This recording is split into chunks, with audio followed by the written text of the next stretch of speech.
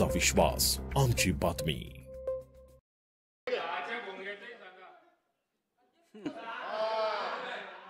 काय काम मुख्यमंत्री महोदय तुमच्याकडनं इतकं चांगलं काम होतं, पण त्या सकाळच्या 10च्या भोंग्याचीही माझी तक्रार आहे, त्याचाही विचार करा। नाही, त्याच्याकरता त्यातला एकच प्रॉब्लेम आहे की आता ध्वनी प्रदूषणाच्या विरुद्ध आपल्याकडे कायदा आहे, पण विचाराच्या प्रदूषणाच्या विरुद्ध अजून कायदा व्हायचा आहे। तो कायदा झाला की त्याचा आपण विचार करू। स्पेसिफिक सुमोटो कारवाई केली पाहिजे।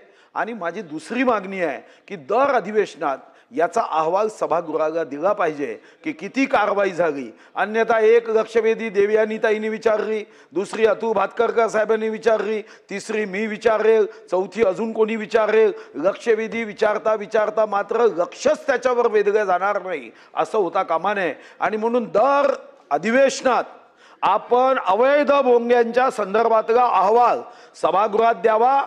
आणि शेवटचा जो अवैध भोंगे याची तक्रार करेल याच्या दंडाची जी रक्कम आहे त्याच्यातली 50% रक्कम त्या सन्माननीय देशभक्त व्यक्तीला द्यावी, एवढं उत्तरात यावं। धन्यवाद। अध्यक्ष महोदय, मी कलियुगातच उत्तर देतो। माननीय सुधीर भाऊंनी अतिशय महत्त्वाच्या विषयाकडे लक्ष वेधलेलं आहे आणि सुधीर भाऊंना अपेक्षित अशा प्रकारचीच कारवाई सरकारने केलेली आहे।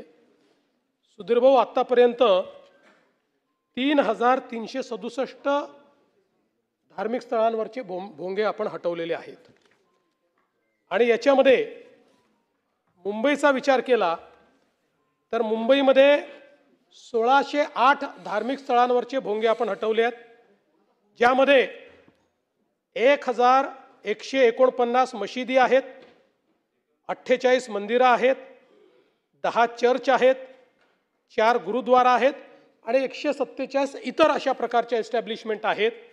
आता या क्षणी मुंबईतल्या एकाही धार्मिक स्थळावर भोंगा नाही, एकाही नाही। त्याचप्रमाणे राज्यामध्ये 1759 धार्मिक स्थळांवरचे भोंगे हे आपण हटवलेले आहेत। या संदर्भातचा कंप्लायन्सचा अहवाल माननीय उच्च न्यायालयाला आपण दाखल केलेला आहे, त्याच्यावर उच्च न्यायालयाने सॅटिस्फॅक्शन दाखवलेलं आहे। महाराष्ट्राने SOP तयार केली आणि या SOP अनुसार मला हे सांगितलं पाहिजे की मी मुंबई पोलिसांचं विशेष कौतुक करेन की मुंबई पोलिसांनी 1608 भोंगे हे हटवत असताना चर्चा करून, सर्वोच्च न्यायालयाचा आदेश दाखवून आणि त्या ठिकाणी समंजसपणे हे सगळे भोंगे हटवलेले आहेत। कुठेही धार्मिक तणाव नाही, कुठेही FIR करायची आवश्यकता पडलेली नाही आणि आज मुंबईला भोंगेमुक्त करण्याचं काम हे आपल्या मुंबई पोलिसांनी केलेलं आहे। आपण जो दुसरा मुद्दा या ठिकाणी सांगितला की SOPची अंमलबजावणी करण्याच्या संदर्भात, तर निश्चितपणे ती अंमलबजावणी तर चाललेलीच आहे। तर दर अधिवेशनात अहवाल द्यायची आवश्यकताच पडणार नाही, कारण आता भोंगेच काढले आहेत आणि पुन्हा लावायचा प्रयत्न केला तर आता SOP मध्ये एक बदल निश्चितपणे करायचं माझ्या विचारात आहे की आता ज्या पोलीस स्टेशनच्या हद्दीत तो भोंगा लागेल त्या पोलीस स्टेशनचा जो त्या भागाचा इन्चार्ज असेल त्याच्यावर याची जबाबदारी असेल, त्याला जबाबदार धरलं जाईल। विना परवानगी भोंग्या करतात त्याला जबाबदार धरलं जाईल, त्यामुळे अहवालाची आवश्यकता पडणार नाही।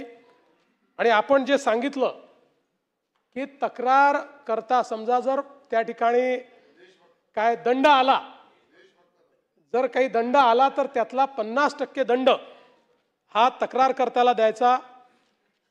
Suggestion for action.